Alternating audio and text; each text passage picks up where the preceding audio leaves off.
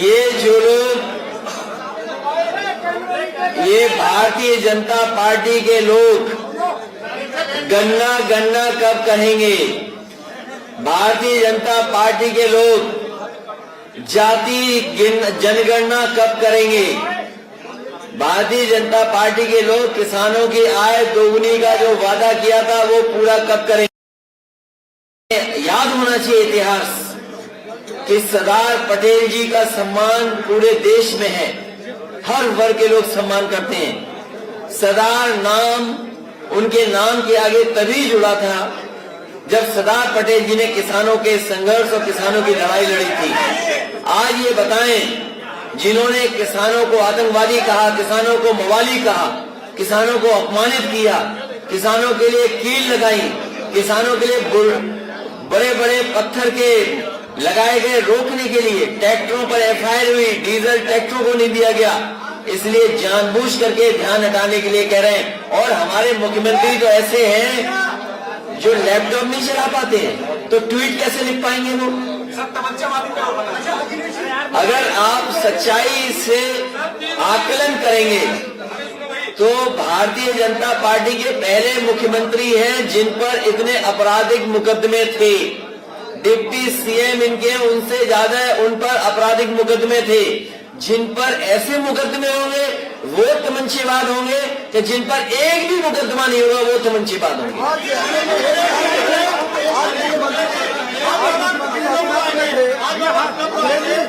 आज ज्यादा जो विधानसभा जीतता है जिसकी पार्टी का उसकी सरकार बनती है। और मेरे साथी, ये आपको पता होगा कि भगवान कृष्ण न जाने कितनी बार हस्तिनापुर आए, और वो तो हमारे कुल के भी भगवान हैं। और हस्तिनापुर इस बार समाजवादी पार्टी जीतने जा रही है। और हस्तिनापुर के लिए अगर हमें विशेष पैकेज भी देना पड़े, जहां हम मेरठ में सबसे शानदार ऐतिहासिक किसानों के लिए जो शहीद हुए हैं, किसान स्मारक बनाने का फैसला हम दोनों ने लिया है। मेरठ में सबसे अच्छा शहीद स्मारक किसानों का बनाने का काम हम लोग दोनों मिलकर के करेंगे।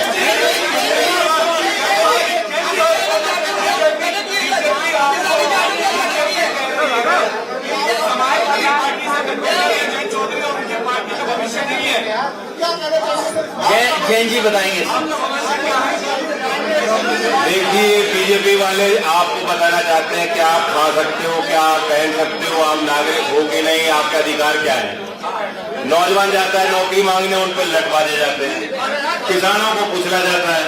किसान राजधानी जाना चाहते हैं, किसान घाट जाना चाहते हैं, उनको रोका जाता है। अब ये लोग बताएंगे कि हमारा भविष्य क्या है। बहुत विवेकपूर्ण फैसला मैंने सोच समझ के लिया है। चौधरी चरण सिंह जी की विरासत, उनकी विरासत के प्रतिनिधि इकट्ठा हो रहे हैं और उसी सामाजिक समीकरण को हम बनाना चाहते हैं।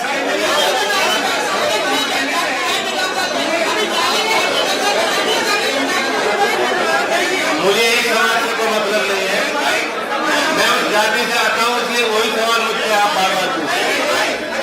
किसान की बात करो ना। एक महिला पत्रकार की पहले बार सरकार है, आपके बारे में षड्यंत्र ये बनाया जा रहा है कि समाजवादी पार्टी जब आ जाती है तो बदमाश हावी हो जाएंगे। आपके मुंह से एक शब्द नहीं निकला माननीय अखिलेश जी कि जब आएगी एनसीआर में जाके दे सकते थे। आप ये बताइए, सुनिए एक मिनट। बहुत सारे समाज ऐसे हैं बोलना इस समय आप इधर बोलना चाहते हैं, लेकिन उनके दिमाग में डर बैठा है। मैं पत्रकार साथी का धन्यवाद देता हूं कि उन्होंने बहुत महत्वपूर्ण सवाल उठाया है।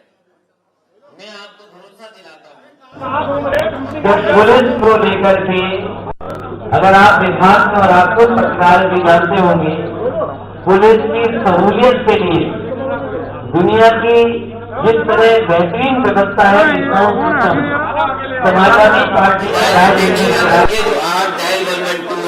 एक रिस्पॉन्स सिस्टम दिया था पुलिस को सबसे बेहतरीन। भविष्य में मैं आपको भरोसा दिला सकता हूं कि किसी तरीके से कोई कानून के साथ खिलवाड़ नहीं करेगा और अगर कानून के साथ खिलवाड़ करेगा तो कानून के अंदर उसके ऊपर कड़ी से कड़ी कार्रवाई होगी। साथ ही साथ मैं आपको बताना चाहता हूं कि उत्तर प्रदेश में अगर हम आंकड़ों के हिसाब से देखें, एनसीआरबी का आंकड़ा देखें, तो आज उत्तर प्रदेश की कानून व्यवस्था पहले से खराब हुई है। भारतीय जनता पार्टी के सरकार को सबसे ज्यादा नेशनल ह्यूमन राइट कमीशन से नोटिस मिले हैं। और कोई सोच सकता है कि मुख्यमंत्री के गृह जनपद में एक व्यापारी कारोबार के लिए गया हो तो पुलिस ने पीट पट करके उसकी जान ले ली हो? और यही नहीं, पुलिस में कभी जेल में हत्या नहीं हुई होगी किसी की, जेल में हत्या हो गई। और मैं आपको कहना चाहता हूं और हमारे पत्रकार साथियों को कहना चाहता हूं कि कोई भी मुख्यमंत्री जेल में 3 घंटे नहीं रहा होगा। ये पहले उत्तर प्रदेश के मुख्यमंत्री हैं जिनके ऊपर न जाने कितने मुकदमे हैं। और किससे मिलने के लिए 3 घंटे जेल में रहे थे, किसके साथ चाय पी थी, किसके साथ बिस्किट खाए थे? कम से कम जो तमंचावादी बोल रहे हैं उन्हें इसका जवाब देना चाहिए कि 3 घंटे किस माफिया के साथ उन्होंने जेल में चाय और नाश्ता किया था।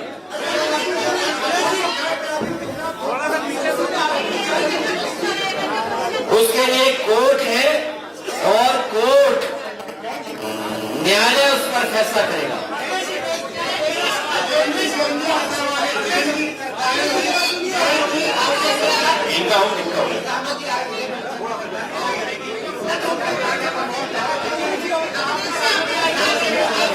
ये किसानों के लिए, बिजली के लिए बड़ी बात ये कह चुके हैं।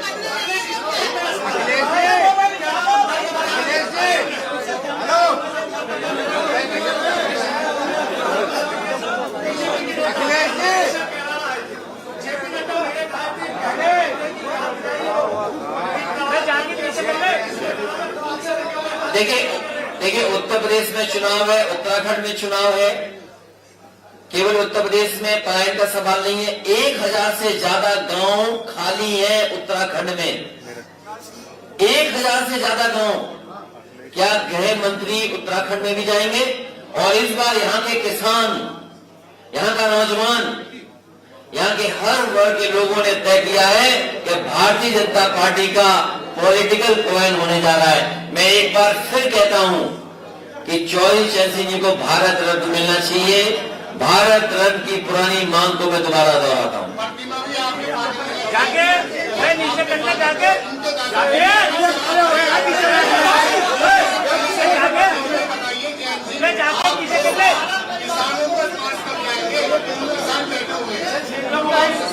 कौन से किसान की बात?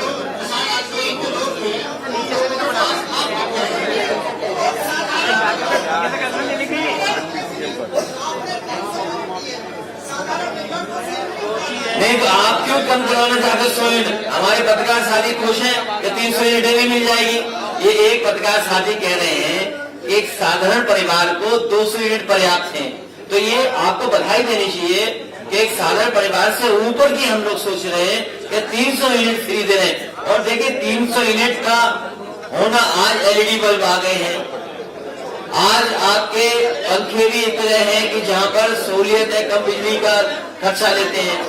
आज आपके पास मोबाइल है, टीवी है, लैपटॉप है, तो ये सब डीसी करंट में चलते हैं।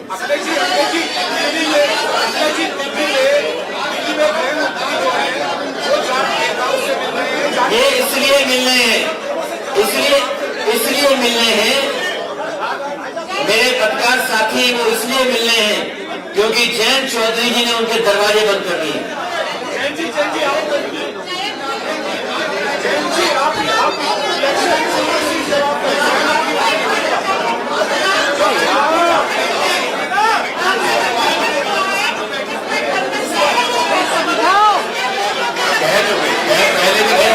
जनता ने बनाया, जनता के साथ हम दोनों गठबंधन के लोग साथ खड़े हैं।